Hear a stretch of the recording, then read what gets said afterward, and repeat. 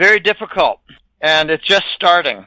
Anyone who thinks that the election has now brought about a victory and now it's just a cleanup, mop-up time, that's a pretty bad description and perception of what is going on. We're just starting. We're just starting the battle. We won an election. Now we've got to win the war.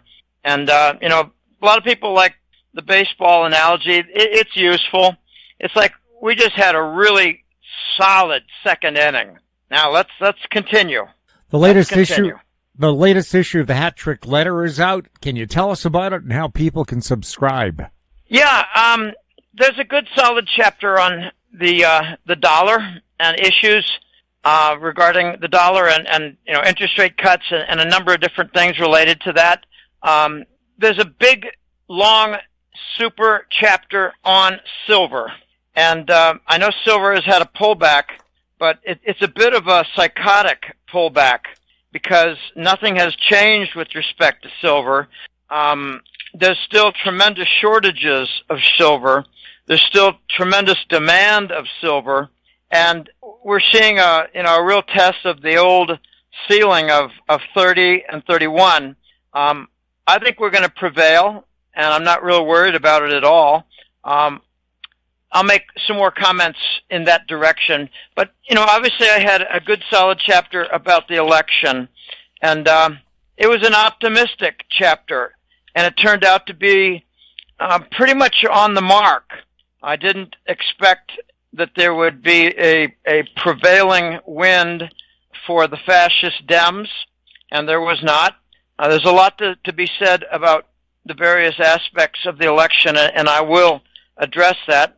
But, the dollar, the BRICS issues, and the election, these are the matters for the October Hat Trick Letter, the newsletter.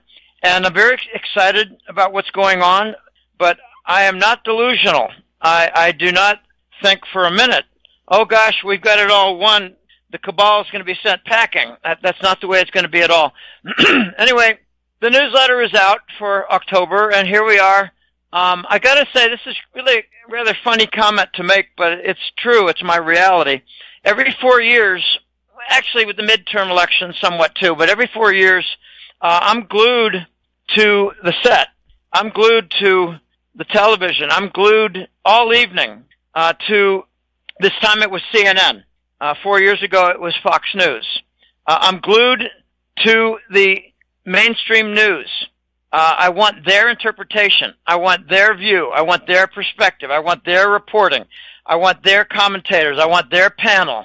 And I got to say, CNN did a rather respectable job. They were rather objective. They were rather fair. They were rather professional. And they did have an Obama former campaign manager clown who talked about the pain for the Democrats and the pain for mercenaries in Ukraine. But he got shot down by a former Trump campaign manager who was sitting right next to him. And the former Obama campaign manager looked surprised and looked like, oh my gosh, I just got elbowed to the face. Yeah, he did. It was interesting to watch the swing states, and I watched it on CNN. I watched it till 1 a.m. my time, and it was Central Time. 1 a.m. Central Time, 2 a.m. Eastern Time. When Pennsylvania turned and went red and was called a Trump victory, I went to sleep. Arizona and Michigan did their usual trick, which was to keep the vote continuing and to announce that they had machine difficulties. Well, that's how they keep the vote count continuing. And this is really interesting. I have a boots on the ground client in Michigan, and he said, Jim, I got a friend who knows someone who was in the monitoring station, and at midnight, California plates a big SUV, and it dumped several big bags. My guess is photocopy fraudulent ballots, and the senatorial candidate from Michigan, Slotkin, who was a little bit behind, she ended up coasting to a victory, and as soon as she was well ahead, they shut down the vote count. Okay, this is how Michigan had their Senate race a victory for the Dems, the fascist Dems, and Arizona did the same thing. They just brought in tons of fake ballots, and their senatorial candidate for the Dems won. Poor Carrie Lake. She had the governor race stolen from her in 22, and now she had the Senate race stolen from her in 24. She might want to consider a different state, but maybe she could lead a movement to reform the Arizona government and rip loose the Sinaloa Mexican cartel influence for their governor, for their top officials, and for their court system, the judges. Okay, there's a lot going on, but the big story, absolutely huge story, is the election victory for Trump. And I got a joke, and I'll be repeating my various points down the road here, but the demographic group that disappointed Comrade Kamala Harris the most was photocopy machines. They really let her down. The Dow continues to hit new all-time highs. Could we see 50,000 points on the Dow in 2025? Oh, it could be, but I think there's going to be a little bit of a hangover in the next couple of months as difficulties ensue. I regard the dollar rally to be, it's celebratory. I understand that. The dollar rally, I get that. And when I had a few worried clients contact me and say, Jim, I don't get it. Gold and silver are down. I said, yeah, the dollar's up. There's a little bit of euphoria going on right now, but it may not last real long. And I said, look, let's get to some basic questions. Is the U.S. government debt crisis over? Have they resolved the U.S. government deficit? Are foreigners no longer dumping treasury bonds? Will we have difficulties in finding bond investors for financing the government debt, which is converted to bonds, securitized? Have we resolved the $33 trillion in debt? Have we fixed the deficit that's growing every 90 days, another trillion? Okay, that's part of the Monday morning hangover that we've not quite gotten to yet. So I think Trump might actually, I'm not sure about the Fed rate cuts. We are on track to continuing rate cuts. We had another rate cut last week. They're trying to get a bond rally in the face of a debt default. It's really unprecedented historical event. Unprecedented. I don't know about 50,000 Dow. I'm more concerned about 3,000 gold than 50,000 Dow. When they rally the dollar, Jim, what they're really doing is saying in the next 6 to 12 months, the United States is going to reindustrialize and solve its debt problem. And I say, not going to happen there and not going to happen here. Not going to happen. Just not going to happen. This is going to be a long road, and let's enjoy the celebration. But let's get real, okay? Next Monday morning, let's get real. The NASDAQ's into new all-time high territory. Do we see 25,000 points on the NASDAQ in 2025? Maybe. Same commentary. Maybe. A lot depends on continuing the rate cuts in the face of a debt default. We're going to be managing a debt default. Trump has said several months ago, we're going to manage a debt default. It's going to be one of the first orders of business. He doesn't mention that anymore, I think, because it's going to be worked behind the scenes. So maybe I'm not focused on the Dow and the NASDAQ. They are important. I'm focused on the bond market and on the price of gold, silver. The U.S. dollar's been on the rise since the beginning of October. Are we likely to see a strong dollar under the Trump presidency? Well, we might. But again, are we going to reindustrialize the United States economy in the next 6 to 12 months? How about the next 2 years? Are we going to solve the debt crisis? I don't think so. Will we have to raise interest rates to protect the dollar? Trump actually wants a weaker dollar. He has said many times, I want a weaker dollar for a trade advantage. So what we're seeing is going opposite to what Trump wants. And if he gets what he wants, we're going to get a reduction. We're going to get a decline in our stock market. So the dollar is something that Trump wants to weaken in order to help our export trade. This celebration, Jim, is not rational. It's not based on anything that you can sink your teeth in, like U.S. is going to recover its economy. We're stuck in an inflationary depression. I mean, that is the reality. I did a Chapwood Index glimpse in the most recent report for October, and it shows inflation between 9 and 10%. We're calling it 2.5%. We lie by 7%. So if we've got a dead even flat economy, we've actually got a 7% depression. Okay, we're not even remotely in the starting blocks for an economic recovery and reindustrialization. The move to impose tariffs is a prelude. It's like a bunch of horns. We want to reindustrialize. We want industry to come back to the United States. But in the meantime, we're going to impose tariffs. Okay, this is not economic recovery and reconstruction. So I don't think the dollar is going to continue its way up, and I don't think gold is going to remain flat. I think it's headed to 3,000 and silver's headed to 40. The Fed dropped its central rate by 0.25% last week. Alongside this, are rates being lowered in the mortgage market?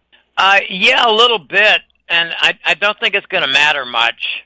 What good is a lower mortgage rate when you don't have sustainable income to qualify for a mortgage? It's just not going to work. We've got a moribund, kind of dead asleep property market, both commercial and residential. Maybe we'll get a little blip up in the residential housing market, but the commercial market, CRE, commercial real estate, CRE is, it's dead in the water. A quarter point doesn't mean jack shit to me. The mortgage market is going to be in trouble and remain in trouble because banks are going to be unwilling to lend, and when they do, they're going to be unwilling to approve with the lousy income that is on the applications. The banks aren't lending. Are lower crude oil prices likely under the Trump presidency? Yeah, but he's got to fight the Rockefellers. He will probably do things to make it more likely and more, amenable, to make the path straight and smooth toward lower prices. But lower prices means the Rockefellers make less money. And, I'm going to get to this pretty darn soon in this interview. But the Rockefellers are one of three groups that are in direct opposition to Donald Trump. They're not going to cooperate with him. So if he has measures or does bully pulpit maneuvers to lower the oil price, it's going to have to come with cooperation from the Rockefellers, but also from Russia and Saudi Arabia, UAE. It's going to be really interesting, but I don't expect crude oil prices to come down a whole lot. I expect gasoline prices to come down because I think he's going to make a national initiative to increase the supply. And drill, baby, drill, he's already talked about it. I think he's probably going to open up some of the Alaskan ridge, the North Slope. But, again, this is really not rational. We need 2 years to get the economy back on track. We've done a punishing act. We've done brutal sledgehammering of the economy for 3 years with the fascists in charge in the Biden show. This is not going to be turned around quickly. The oil price is just one of many things. Does it look like gold topped in October?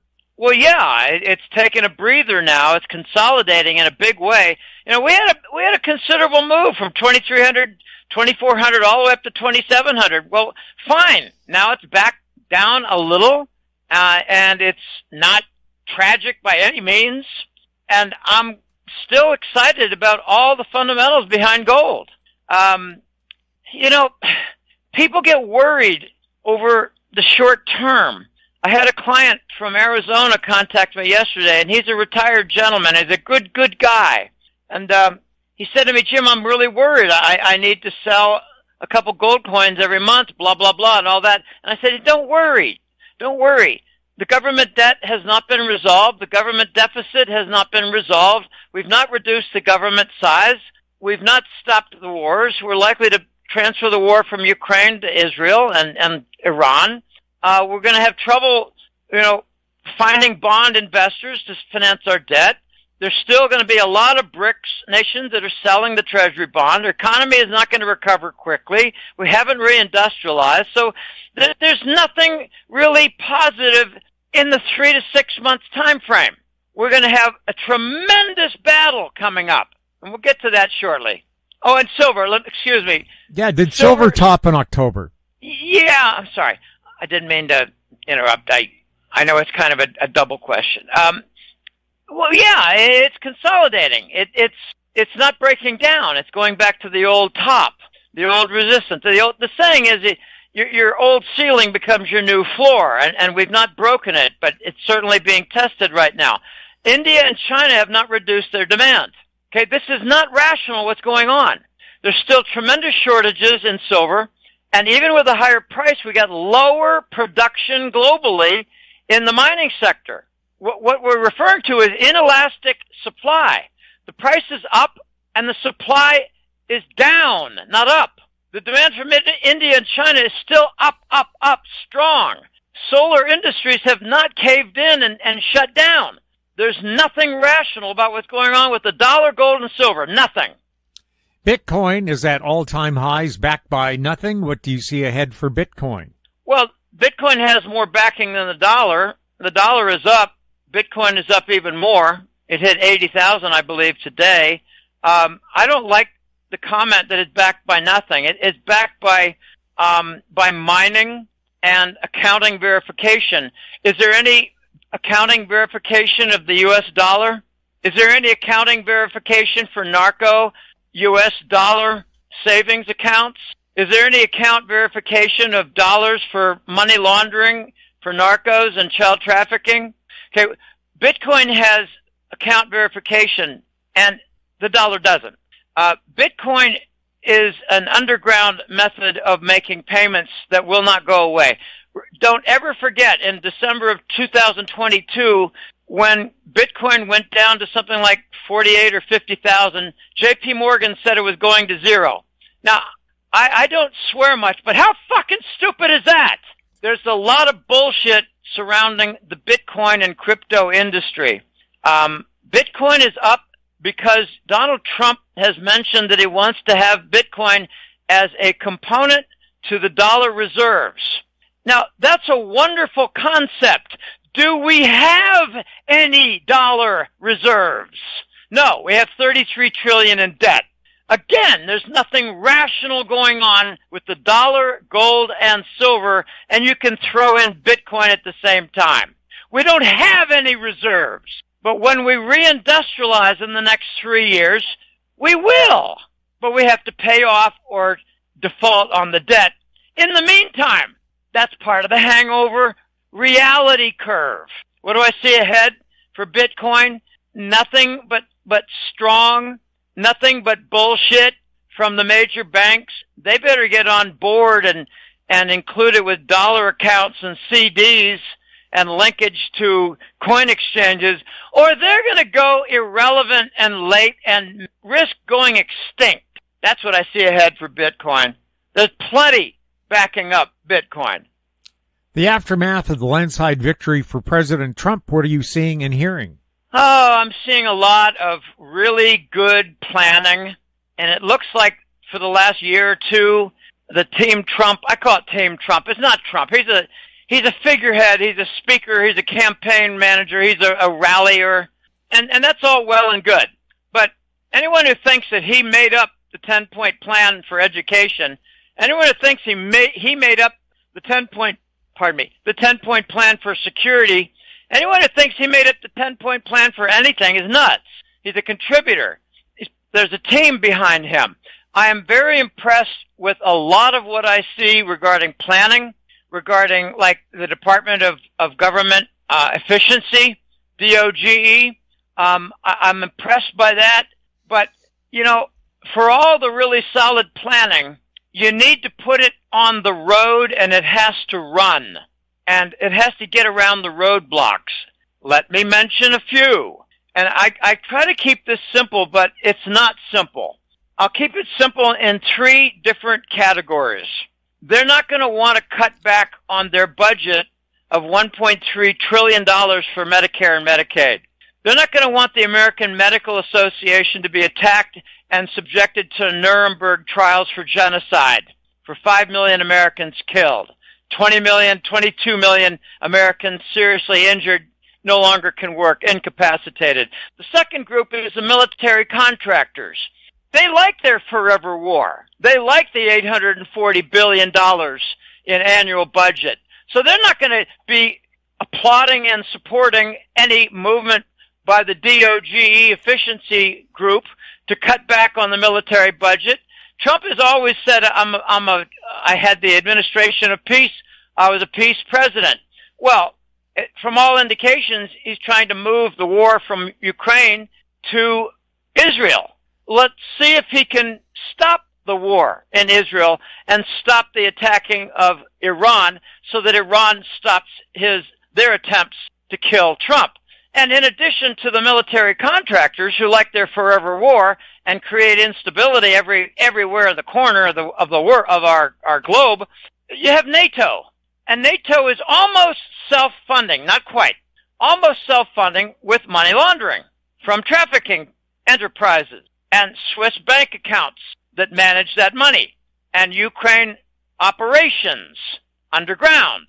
The military complex with NATO, I believe, is going to be at war with the white alliance element of the U.S. military. Let me make that clearer. I believe the bad element of the U.S. military with the contractors are going to want to continue with the huge budgets, continue with the wars, continue with more destabilization, and they will be at civil war internally with the Pentagon.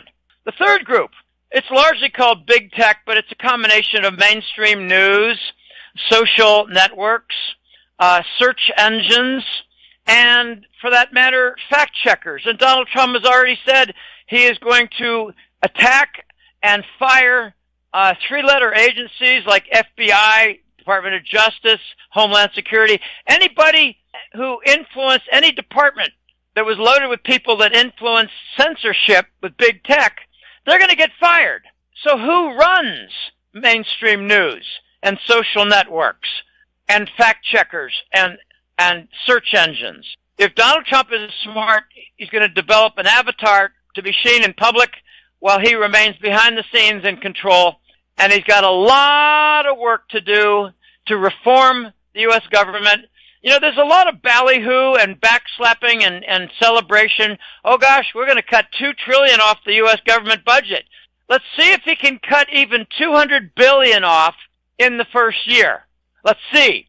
Watch the resistance with the Rockefellers, Medicare, Medicaid. Watch the resistance with the military, $840 billion a year. Watch the resistance with Langley and big tech. Are they going to roll over and suddenly reveal all kinds of scummy behavior with Hollywood and political types torturing kids? We're going to have a potential witch hunt of very evil people for treason, bribery, Epstein Island activity, Diddy activity. I heard that a number of people in Hollywood are on the run. They have left the country. This is going to be exciting. Okay, what am I seeing? I'm seeing an alignment of the fascist Dems, like in California, where the governor is prepared to resist any reform from the federal side, where the attorney general, a little jerk in California, has said, I'll be there. If they try to take away our freedoms, I'll be there. Okay, right. Well, what does communism do but take away your freedom? So what we're seeing is an election that backfired on the fascist Dems, while they tried to have millions of Americans sleepwalk into communism without the label. They called it democracy. Well, so did North Korea. President Trump is talking about instituting tariffs and eliminating federal income tax. Is this a brilliant idea? Well, yeah, it is. Well, yes and no. The tariffs it's a really bad idea. Unless you follow up the tariffs with rapid reindustrialization, it's stupid suicide. Stupid suicide. What are we going to do? We're going to add another $1,000 to every Toyota and Honda? What are we going to do? We're going to just block off all Chinese trade? Well, we'll get ready for shortages and get ready for higher prices. So tariffs mean higher prices and more price inflation. Eliminating the federal income tax, that's a wonderful idea. They need to come up with something to back it up, like what Donald Trump has talked about, and he doesn't mention it much lately, but he talked about a national VAT tax, like a national sales tax. Well, I think that's a good idea. I think we're going to see a lot of three-letter agency go away. The Chevron deference case was the fourth case to demonstrate state power. We might have had a fifth case to demonstrate state power when Virginia was supported by the Supreme Court in their decision to allow Virginia to eliminate non-citizens from the voting rolls, and the bleeding heart fascist Dems claimed that was, directed against the migrants. Well, yeah, but the Dems still won Virginia because they imported so many thousands into Virginia in the last several years. Many of them already had voter status, already had citizenship, fast-track citizenship. So Virginia, in my opinion, was the only victory for the migrants. And remember, the demographic group that let down Kamala Harris the most was photocopy machines. I don't like tariffs, okay? And I don't like income tax. The wealthy don't pay much income tax. They got good accountants. What do you think President Trump's landslide victory will mean for Canada, Mexico, and the USMCA trade agreement? I don't know. All three, I don't know. This is going to be a wait and see. I don't know. I'm sorry. Let me just a little bit more. I hate to just say I don't know and walk away. Sorry, Jim. We have to redefine our relationship with Mexico. One early indicator of a positive side was that Trump contacted Sheinbaum, the woman, the Marxist new president in Mexico. They don't use the word Marxist. Just take a look at the policies, and they're all Marxist. And Mexico responded by bringing out a portion of the Mexican military to turn back the migrant wave, the migrant flood at Texas. So we're getting some cooperation from Mexico. And I believe what I heard was Trump said to them, we want your support to stop the migrant caravan.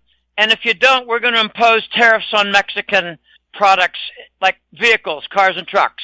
So there's a lot of battling going on. With Canada, golly, I don't know. Are you guys ever going to get rid of Trudeau? Trudeau is just a gigantic cancer. There was another falsified, fraudulent vote in Vancouver. I don't have all the details, but this USMCA trade agreement, I don't know. We got to take it apart, take a close look, and see what's going on, and look at the battling that's going on, because Mexico is run by drug cartels. Okay, there were 50 murders during the election season for Sheinbaum in Mexico. When President Trump takes office, do you think election fraud all over the world will become a thing of the past? I think he's going to have a really big, broad, and deep initiative to make the voting process at the national and state level, and this could be adopted in other countries, to be on the blockchain. This could have been the last big election, and France, like I guess 5 months ago, their big election, that was full of fraud too. We might have seen this year the end to the ballots being put into machines, where the machines have their fraud protected by patents, copyrights. There was a lot going on in the election. I haven't gotten to too many details. I like to stick to the finance, especially in these shows. But it's safe to say that the blockchain is going to come into view, be tested, and of course the fraud masters are going to say the blockchain's not foolproof, it's not secure. Well, yeah, it is. What's not secure is Michigan's vote, especially their Senate. What's not secure is the Arizona vote, especially its Senate. We're going to see a lot of progress toward straightening out and making more legitimate the votes there should be a system where with a certain ID number, like your own passport number or social security number in the United States, you go in there and say, well, let me see if the vote I cast yesterday is still the same. That's a good test, a simple test. Let's see if the totals from midnight last night are still the same at 5 in the morning with no more votes being counted. Those are just basic questions. And if we can't solidify that and make secure them, we need to scrap the system. There was a vote in Michigan that went to the Supreme Court of Michigan. They said, no, we are not going to paper ballots with hand counting. We're going to stay with the machines. Why? Because they rigged them. We had machine breakdown all across the country in blue Democrat states. What are you hearing from inside the Democrat Party? Total dissension, disarray, finger-pointing, blaming of Kamala for being a failure. Kamala she's a little witch. She's really no different from Hillary. She just has a different ancestry. They're blaming Kamala for raising $1 billion, but spending it badly, poorly, unwisely, and now being left with a debt. So even after their loss, the Democrats are begging for money for the campaign that failed. They're begging for money to pay off the debt for all of their spending that they did in a stupid manner. They paid Oprah $1 million for an interview. I mean, this is really stupid stuff. They spent something like $750,000 just on the Oprah Winfrey stage set. They might have been able to do it for about $14,000. No, but they spent $750,000. Now their accusation that a number of consultants, fleeced their accounts for the Democrat National Committee. Consultants for the Democrats stole from the Democrats. Okay, so that's what's going on inside, and there's disarray, and there's a little bit of confusion, like, what do we do wrong? But there's still some idiots out there who said, well, Donald Trump was successful in convincing women, and they're all wrong because now the streets are going to be unsafe for women. Donald Trump did this, Donald Trump did that, and they're not doing introspection. Usually, a constructive organization will do introspection and say, where did we fail? Where did we misspend? Where was our strategy poor? What was our strategy of getting Hollywood celebrities who are mired in slander for their child rituals and child abuse and child torture and child rape? Was that a good idea to get them to endorse Kamala? Well, I think birds of a feather stick together. This is the biggest disaster for a political party that I've seen in my entire adult lifetime. And I gotta say, Jim, that 6 and 8 months ago, I was saying, why was Biden gonna run? He couldn't handle a debate. Why are they backing Kamala? Don't they have a better candidate? She never won a delegate, was never in the primaries, has no political base. The big base for Kamala was people in cemeteries, photocopy machines, and illegal migrants. We'll have more with Jim Willie right after this.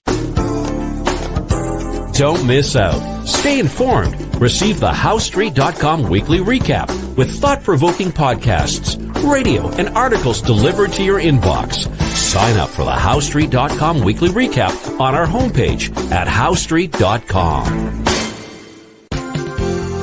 You're listening to goldradio.fm. Available online at HowStreet.com, TalkDigitalNetwork.com. Welcome back. We're speaking with Jim Willie. Jim, do you think the pedophile crowd will flee the U.S.? And by the way, Canada's already full. Yeah, I do. I think they're going to flee.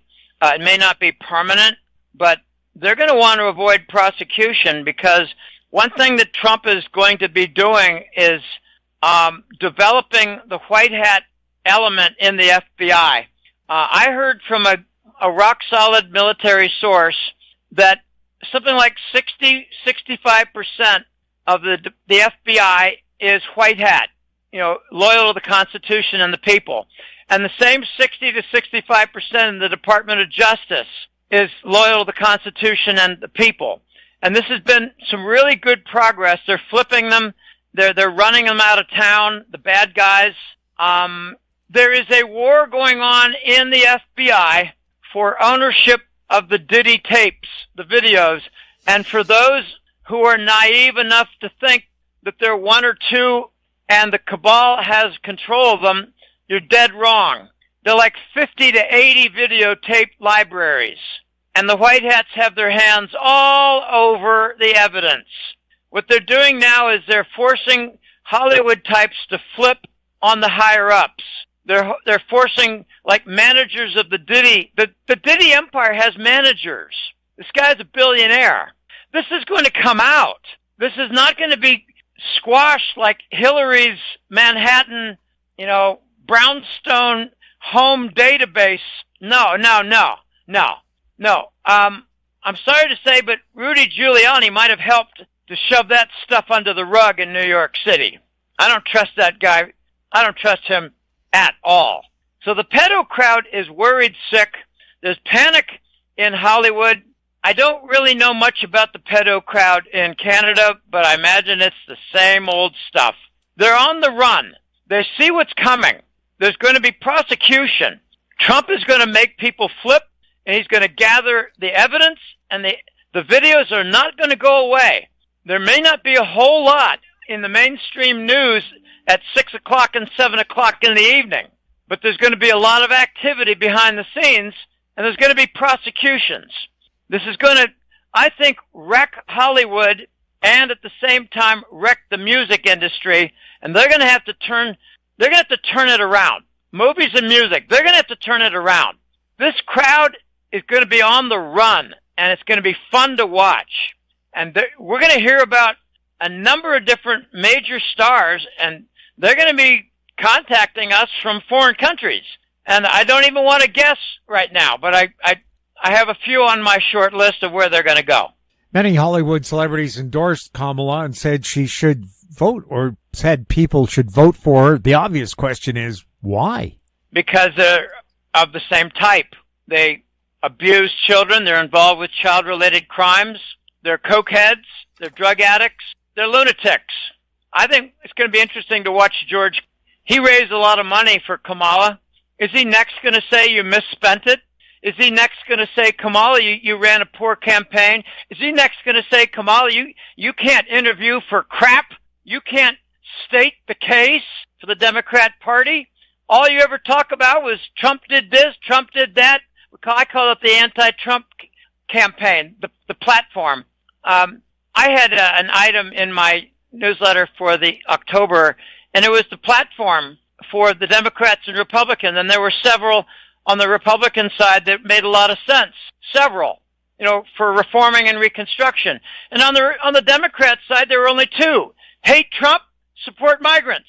That's their platform. Watch the Democrat National Committee. Watch it again. How many times did they mention Trump?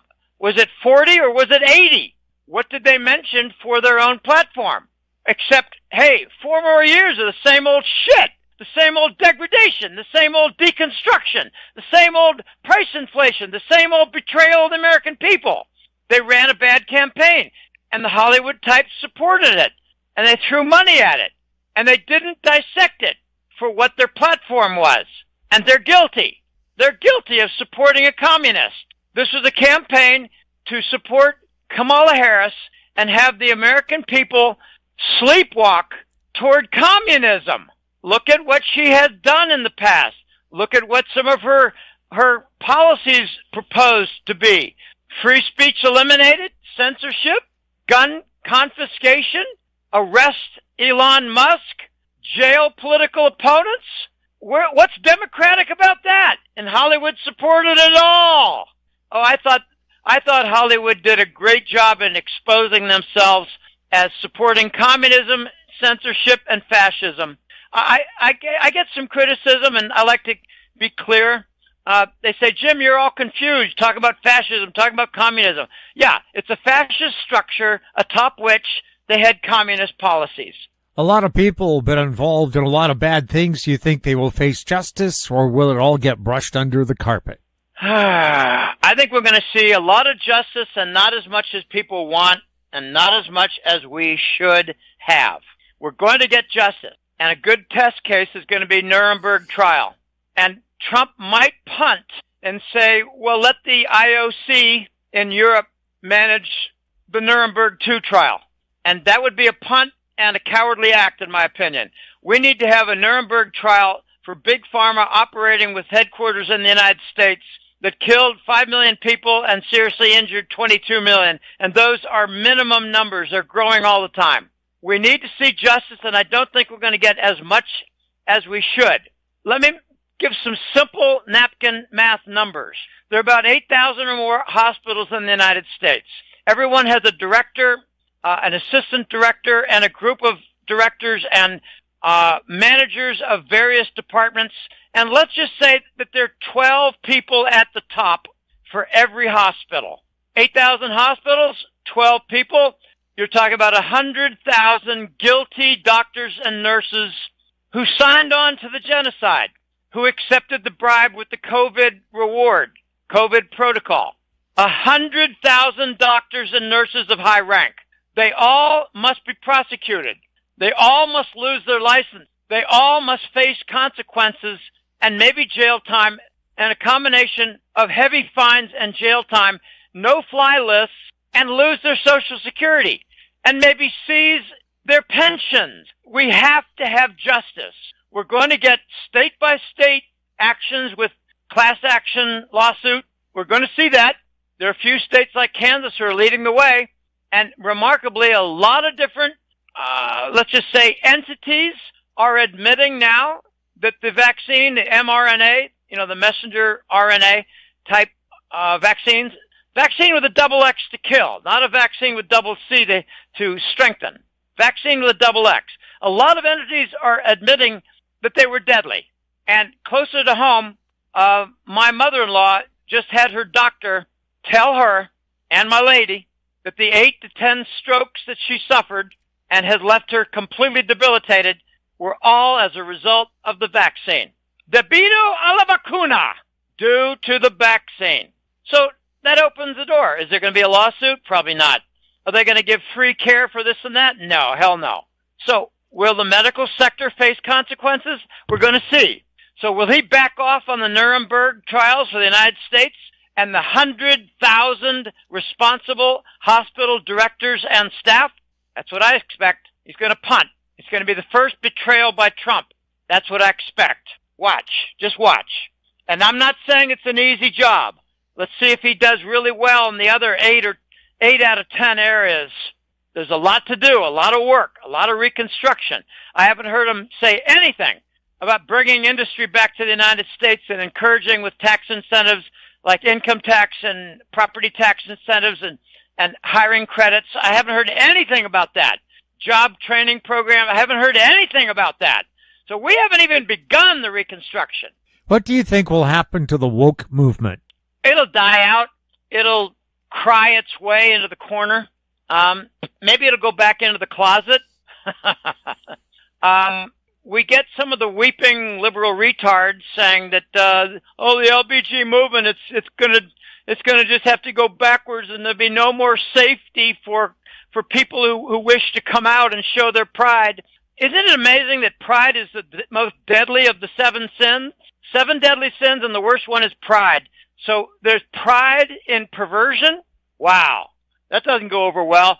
I saw a wonderful graphic today. It was a picture of a man, and he looked like he was in really good shape and might have been a motorcyclist. I don't know. But he looked strong, he looked able, and it was his back. And he had tattoos, and it was LGBT.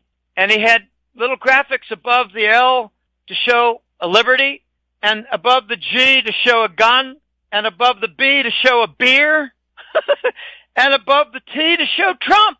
So we might have a new LGBT movement for liberty, guns, beer, and Trump.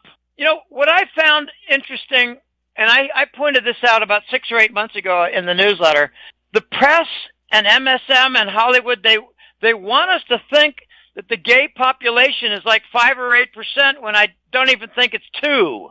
And the trans, they want us to think it's like 4 or 5% when it's like maybe 1/5 of 1%. So, if Kamala got out the lesbian, gay, trans vote, she got out 10 times less than what they were advertising its size to be. So the Kamala failure was an exposure of how teeny tiny the lesbian gays are. I don't believe you should be proud for perversion. I don't even like tattoos. With President Trump and RFK Jr., do you think we will see jab justice? In many forms, yes, but at the highest level, I think they're going to compromise it away. Remember that murder does not have a statute of limitations, and that's a very important point. Trump might make a compromise, like I'll just make up an example, that during the year 2025, there'll be no Nuremberg trial, but they might start the process in January of 2026. There's no statute of limitations for murder. And we're getting the evidence all lined up that the mRNA is responsible for wrecking the immune system, enlarging the heart, damaging the heart. And there are a lot of reports out that we're going to see mass deaths in the next couple of years. And some of it is exaggerated and some of it is very real. So if we have another wave of deaths, I don't believe Edward Dowd is done in his estimation. I only have an old estimate of 5 million dead, 22 million injured, seriously, enough to, lose the job, can't work anymore. Maybe it's up to 6 million by now and 25 million injured. But a year from now, or a year and a half from now, if we're up to 10 million dead, there might be some real loud public outcry for justice against the same 100,000 that I delineated. 100,000 hospital directors and top-level staff, management staff. These guys are guilty. They took the $100,000 bribe from COVID. They're guilty. They knew what they were doing. They read medical journals. They saw that journal articles were suppressed. They know what was happening. They knew what they were doing. Premeditated murder, mass scale. That's jab justice. What we're going to see in the interim is a halt to the health mandates. We're going to see more and more, and I've read only about 4 or 5 or 6 of them, people who are fired for not taking the vaccine, and they won multi-million-dollar awards in court, wrongful dismissal of jobs. That's very serious. So that's jab justice. There's going to be a lot of different forms of jab justice. It's going to be fun and exciting and satisfying to watch. Where I believe the disappointments are going to be will be at the top. Can you use the following in a sentence that makes sense? We are unburdened by what has been. Yeah, we're unburdened by the Democrat tyranny. We're unburdened in the future by the vote fraud that they have institutionalized. We are unburdened in the future by their Chinese Communist Party bribery and influence. We are unburdened by the Democrat-led, let's just say, perversions and child crimes. We're unburdened by the past, and we're going to embark on a new future. And Kamala, you can go to hell. How can our listeners subscribe to the Hat Trick Letter? It's www.goldenjackass.com. We're in the 21st year now, and it's still going strong. And I got to say something modestly. This is real. I've got a group of colleagues, and they help me a lot. We bounce ideas, we bounce analytic conclusions, we share information, we share data, we share articles. We're a tight group, and they don't work for me. We just respect each other and share like good citizens, like good financial partners would. We don't have any business interests together. They're not on salary. They have jobs. They do their own thing. I have a newsletter, and they're part of a group that I assembled, and we stuck together for more than several years, a few of them for more than 10 years. They're responsible for a lot of the good information that I get like they're my research tools, but they're not hired. It's just shared information from well-meaning partners. And a couple of them are truly brilliant. And I've got another one who's like my side researcher for different things like artificial intelligence and the Ukraine war and vaccination risks and medical data. His own father died, and it was misclassified as COVID. He died of a stroke, but he had sweat on his forehead, so the doctor in South Florida, did a fraudulent deed and called it a COVID death. That was one of my group of 10 COVID fraudulent deaths that I noticed in early 2020. That was from one of my colleagues. It's his own father. He died. And I met him. 6 or 7 years ago. Nice guy. I have a number of military sources, 3 or 4, and 2 of them are strong, and 2 of them are infrequently making contributions. But I bounce ideas off them. And they're responsible for a lot of the quality of the work. And they're not paid. They just share. They want the truth to come out. They're loyal patriots. We're all loyal patriots, even my straight colleagues. I've got other colleagues who are on the digital side, and one of them is missing in action. I sure hope he comes back.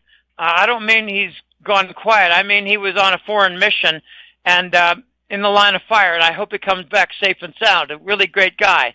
But he works for a company that's in trouble, a company whose name everybody would recognize. Okay, I'm trying to explain that there's a team behind the work. I do the writing. I do the assembling. But I don't do all the research. I get a lot of research hound help. And I've got a bunch of elves, and I mean elf in the most respectful manner. I've got 30 to 40, 50 people who are clients of mine, paying clients, subscribers, and they send me stuff on average, they send me things like 5 or 6 times a week. Some of them send 20 a week. Some of them send 2 or 3 a week. And they're all valuable. And some of them are repeated items. And when something comes to me in my desk in a repeated manner, like, oh my gosh, I've seen that now 8 times. Well, that gives it more importance and impact. And there are many different items that I'm seeing 7 and 8 times. And it's about, reforming the U.S. government. It's about Diddy. It's about election fraud. It's about Michigan and Arizona. Fraud. There's going to be consequences. And I got boots on the ground.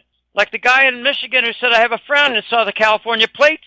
And suddenly the senator candidate for the Democrats won in Michigan. Okay, 2 stolen seats. One I have evidence for.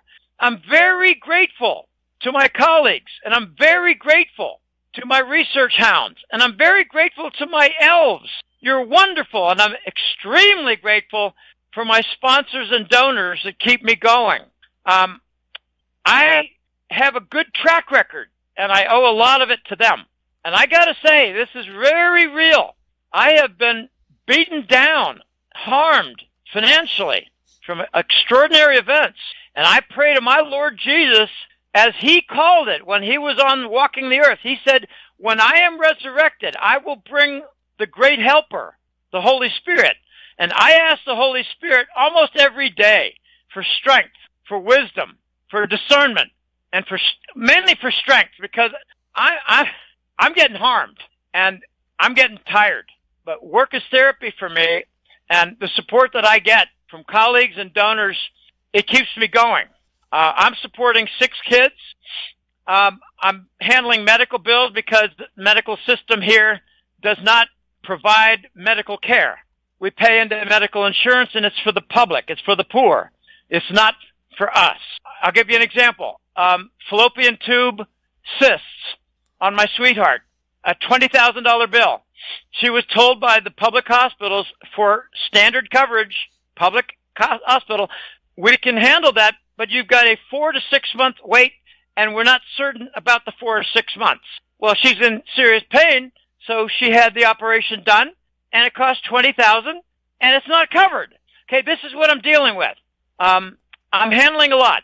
I've got a lot of support, and I'm very grateful, and I'm also grateful to my Lord Jesus and the Holy Spirit that makes me strong every morning. Every morning I'm strong. Every evening I'm kind of beaten to shit.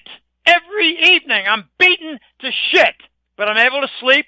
It's amazing, Jim. I sleep minimum 6.5, 7 hours. I sleep well.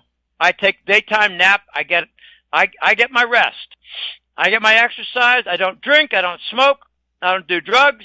So I continue. I hope to make it to the victory.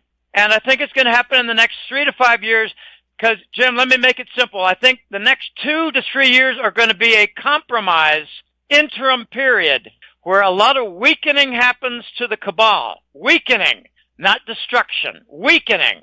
And then 4 years from now, 5 years from now, they're going to be largely destroyed, but not completely. Look for the military contractors to do what Nazi Germany did in 1945, 6, 7.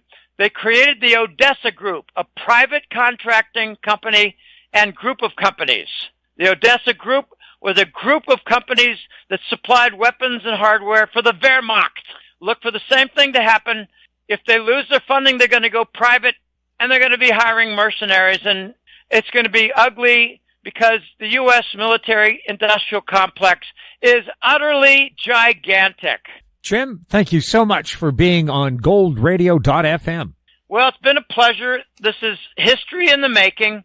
These are tremendously important times, and if you or I or the listening audience, anyone listening, if we are alive in 20 years, we're going to be talking about last week. We're going to be talking about the next year for the Trump presidency. We're going to be talking about obstruction of Kamala Harris trying to take the presidency with the 25th Amendment. We're going to be talking about how the Congress was obstructed in their obstruction for the inauguration of Donald Trump. What we had, Jim, we had a breakdown on the attempt by Obama to have his 4th term as president. The Biden show was the 3rd term for Obama. He got denied the 4th and he left town. He's gone. I hope he never comes back. Sign up for the newsletter, golden-jackass.com.